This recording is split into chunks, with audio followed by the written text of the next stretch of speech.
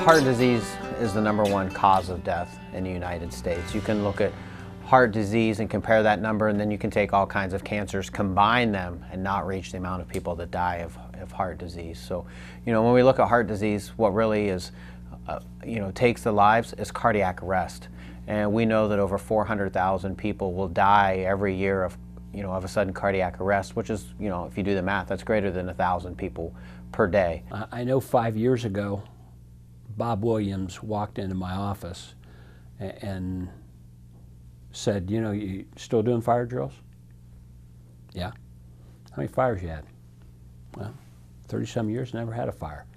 We keep practicing.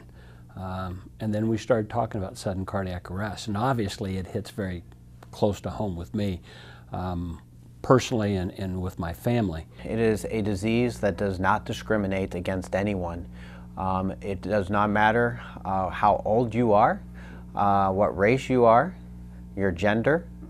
Again, the more risk factors you have, the more at risk you may be, but cardiac arrest has been known to impact very young athletes, and so that's why we as a community have to be prepared to respond to cardiac arrest. With the odds of the number of students that will experience a sudden cardiac arrest this year, it translates into 1 in every 50 buildings will experience a student with a sudden cardiac arrest. The Snider Community Heart Watch has collaborated with the SADS Foundation in Salt Lake City, and together about 2 years ago we implemented what's called a Heart Safe School Accreditation program. Some of those things that the school has done is they've asked all the students to do risk assessments to know who's at risk. They have care plans in place for all students with a known diagnosis.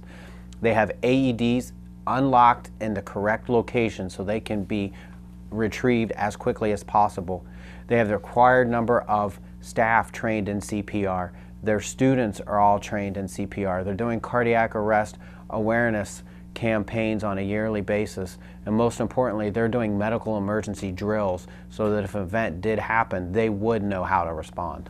We watched a video with Bob Williams, and it showed the student in Texas going down and the teachers doing the AED machine.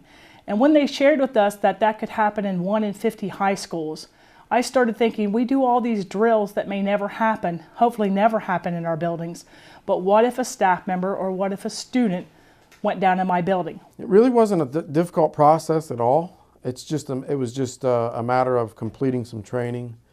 Fairfield Medical Center was great. They sent out, I think it was 6 or 8 people, and trained all of our staff who had not been trained. I'm fortunate that we have probably 8 or 10 teachers who are already certified through the district. We offer training every year, 6th, 7th, and 8th grade with the help of Fairfield Medical Center, which is a great partnership.